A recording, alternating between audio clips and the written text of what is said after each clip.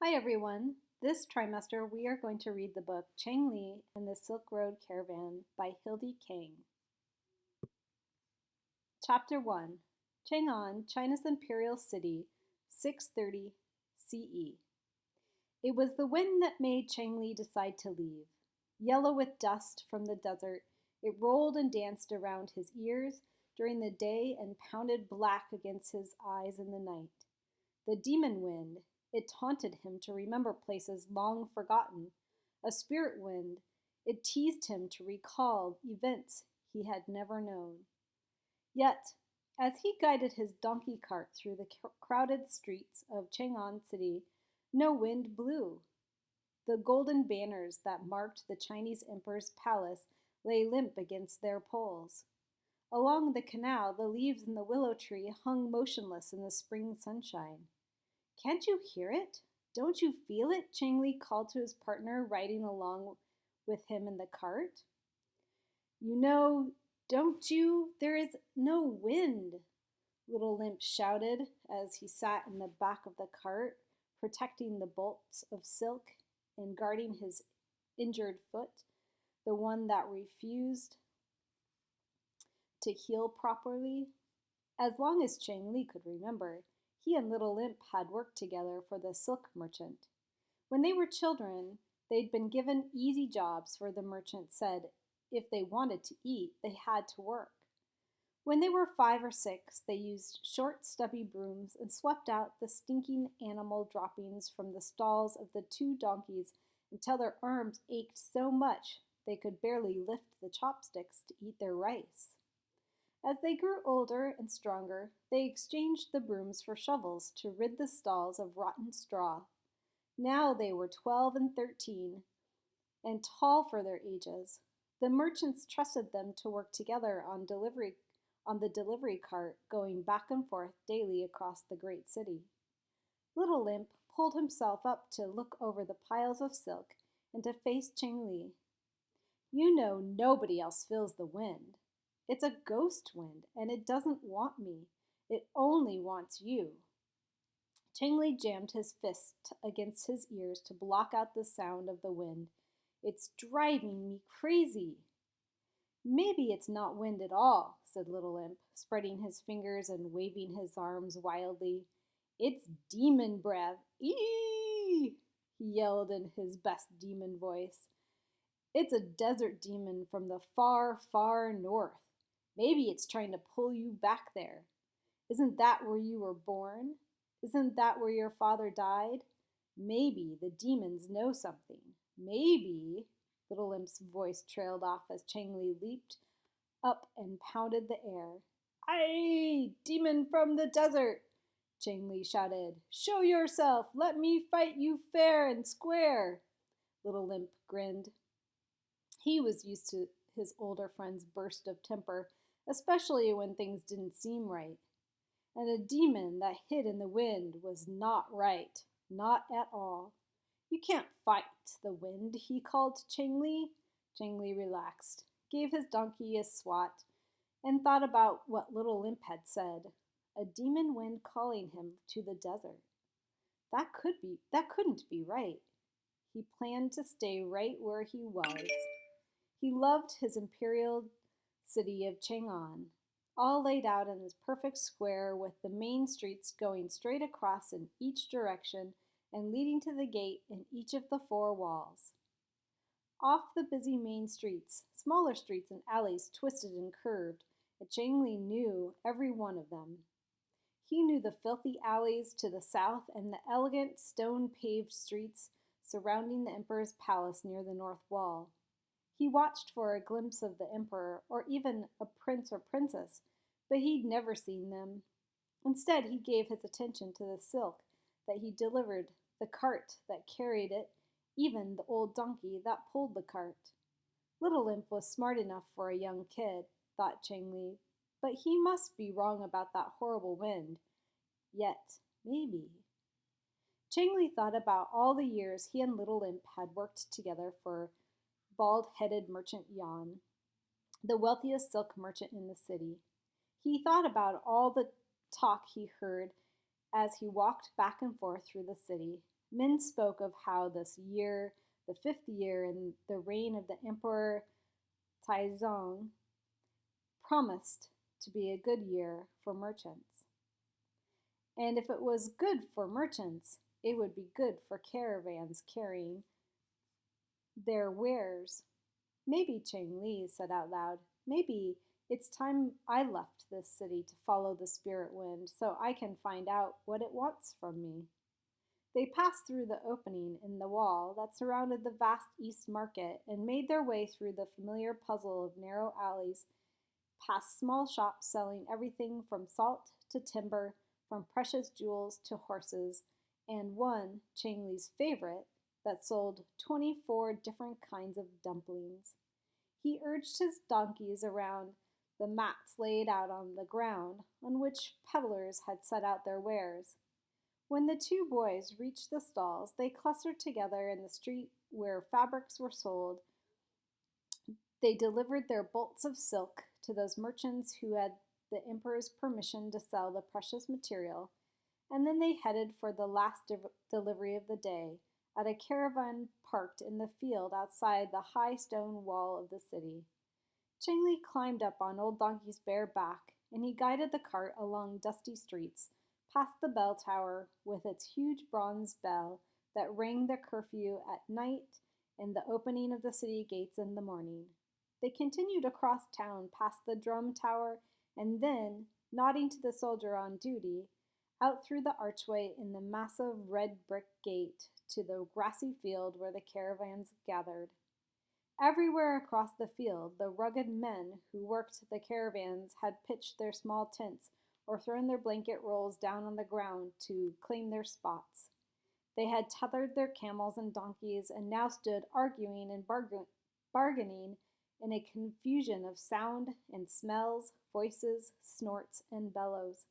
Soon these men would load their string of camels with thousands of precious items and begin the long trek to the northwest along the route used by the huge trade caravans. Out there somewhere, they would leave the protection of China's Great Wall and head west around the edge of the fearful desert until they reached the city called Kashgar.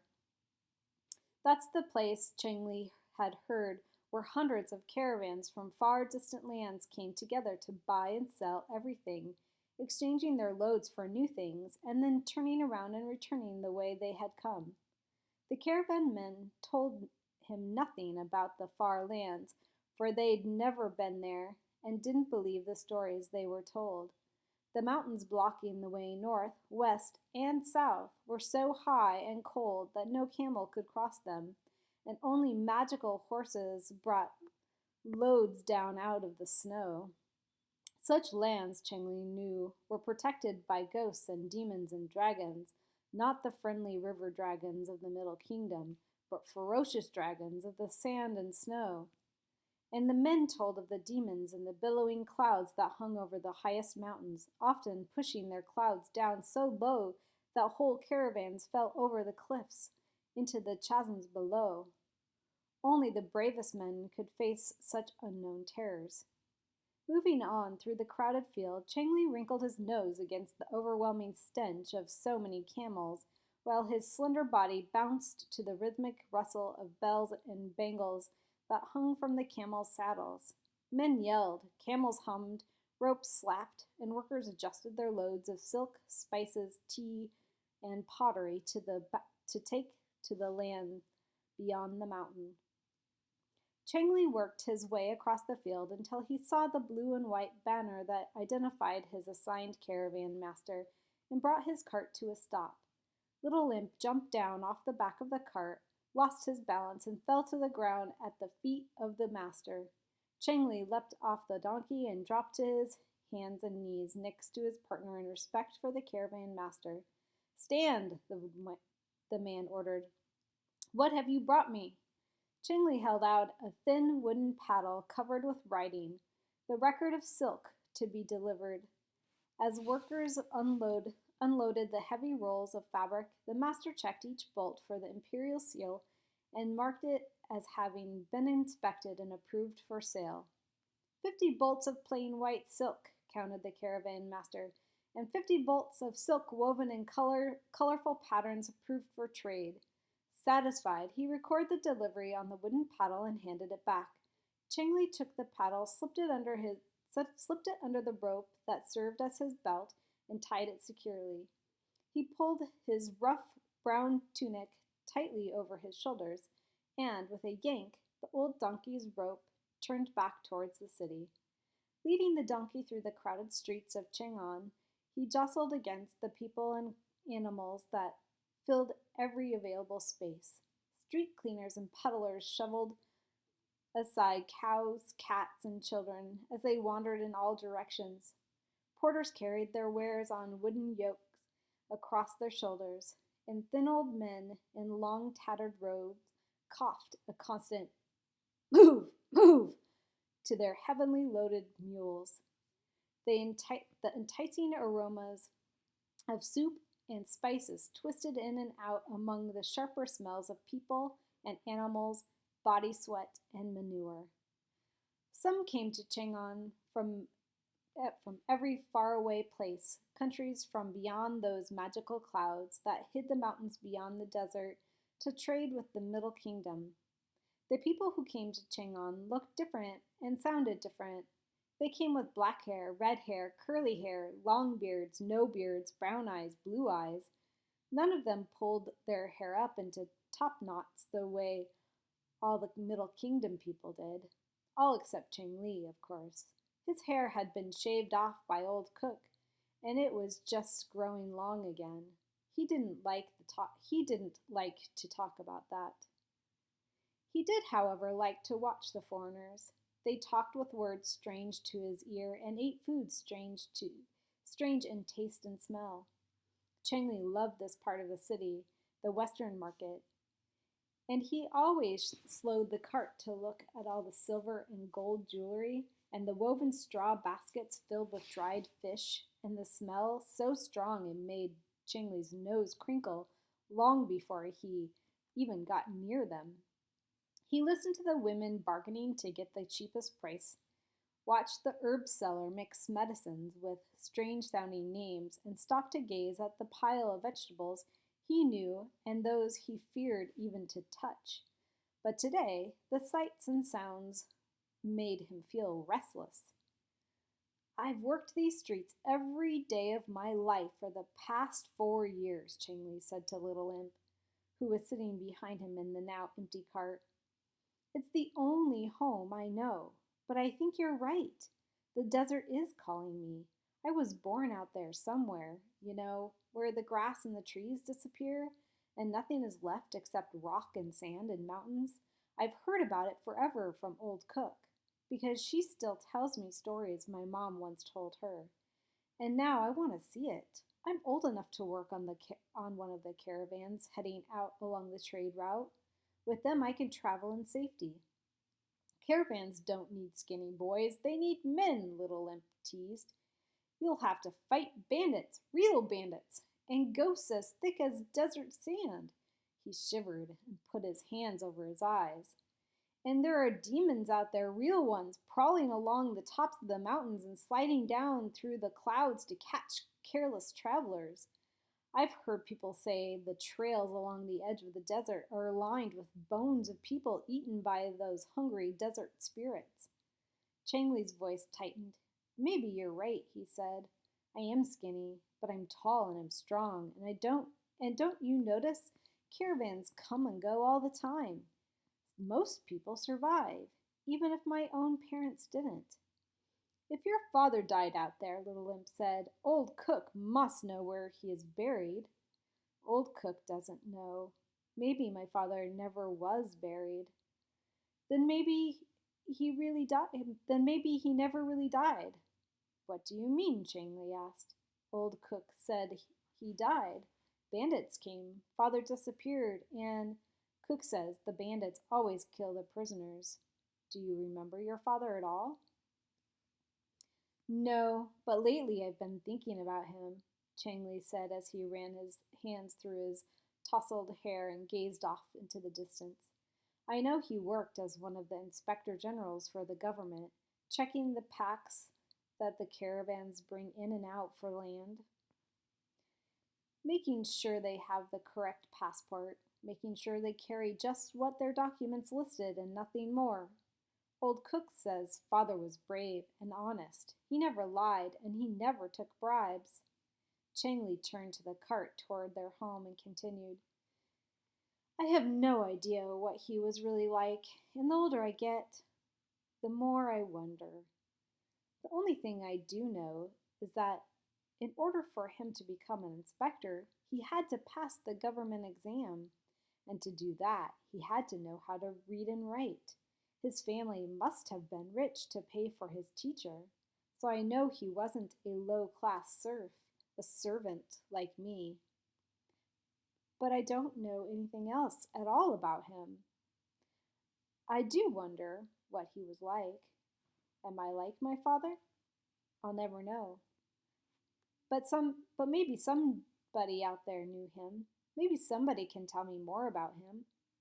Little Limp scooted forward on the empty cart. How did you get here if you were born out there? The story Old Cook tells me is that when Mother got sick, she managed to join a caravan so she could bring me back to our city, Chang'an. She gave me to Old Cook, and then she died. Chengli shook his head, lost in his own thoughts. He guided the cart around a fountain and over the great stone bridge until they finally reached the high stone walls of Merchant Yang's house. They passed the main entrance with its heavily carved wooden doors and pushed open the smaller gate that led to the servants' area. A long corridor led to an open courtyard where along the outer wall stood the rooms to a house, the servants' animals, storage, and tools.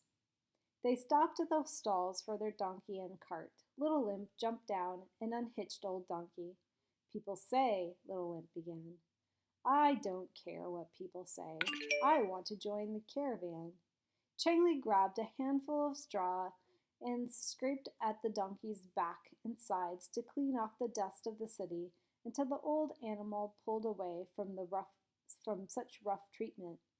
Wrinkling his brow in thought, Chengli dropped the straw. I was born in the year of the tiger. I must be as fierce and strong as tigers. Little Limp looked puzzled. How will you get free from your contract to work for Merchant Yang? He asked. He won't want to lose such cheap labor. It doesn't cost him much to feed kids like us. I won't even try, Chengli said. I'll just leave. He headed off across the courtyard to the building that served as a kitchen for all the servants. But as he walked, he thought about Old Cook, and he knew he could not leave without telling her. She had cared for him all these years, and he owed her honor and respect. She was the only person who really cared about him at all, and he must tell her about his plans. His thoughts flew this way and that way, searching for the best way to tell her. He walked to the door of the kitchen and stopped. The aroma of sweet cooked rice filled the dingy, dirt-floored room, blending with the savory smell of sizzling onions. Chengli always thought that frying onions must be the most delicious smell in the world, and it usually made him stop at the doorway and give the proper greeting. I have returned, Honorable Auntie, followed by, Something sure smells good in here. Tonight, however, he stood silently in the shadows and watched as Old Cook bent low, pushing branches into the opening of the stone fire bench. She was more like a mother to him, scolding or chiding him when he needed it, listening quietly when he had fits of anger or sadness, or caring for him when he got sick.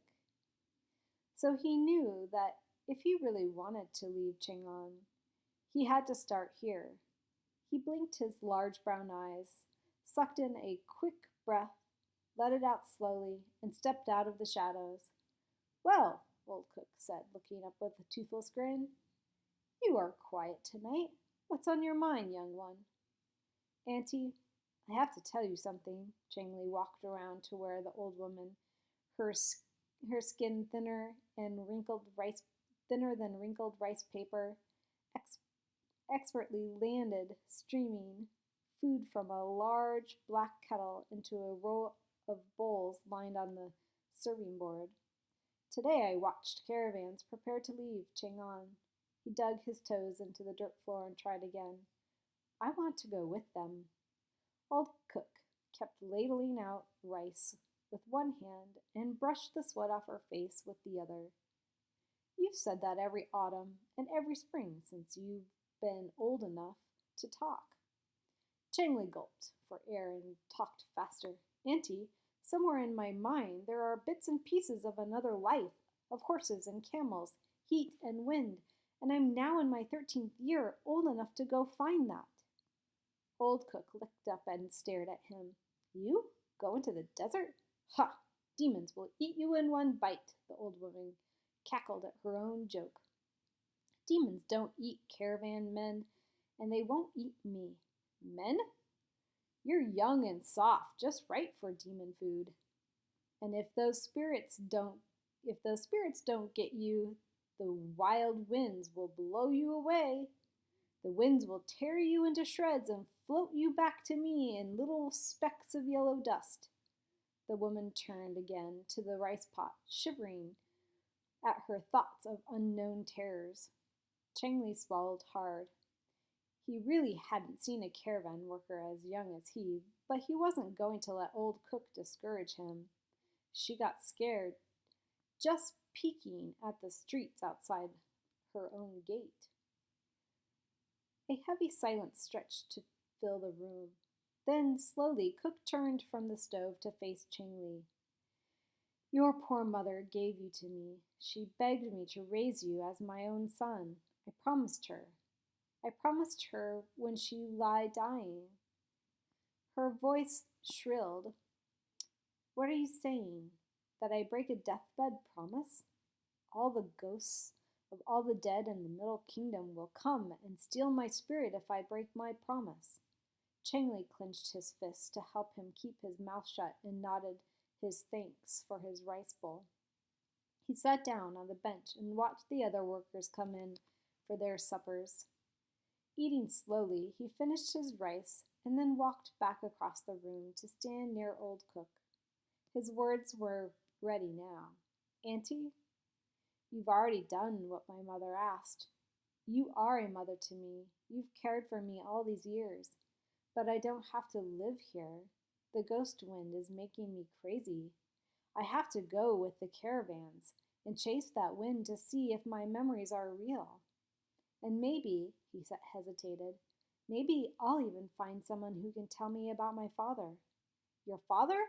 Old Cook swung around and grabbed Chengli by the shoulders, shaking him.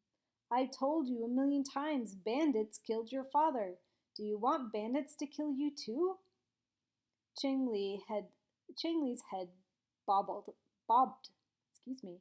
Chengli's head bobbed wildly, and his unruly shaggy hair flopped into his eyes as Old Cook took out her fear on his body.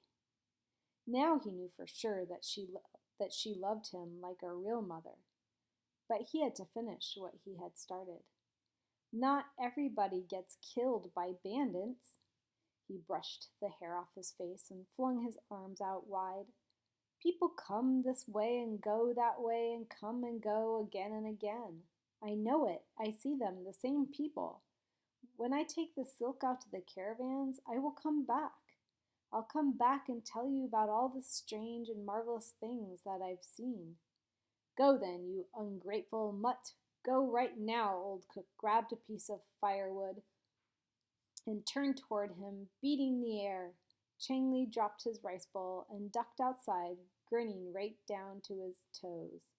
He had the permission he needed.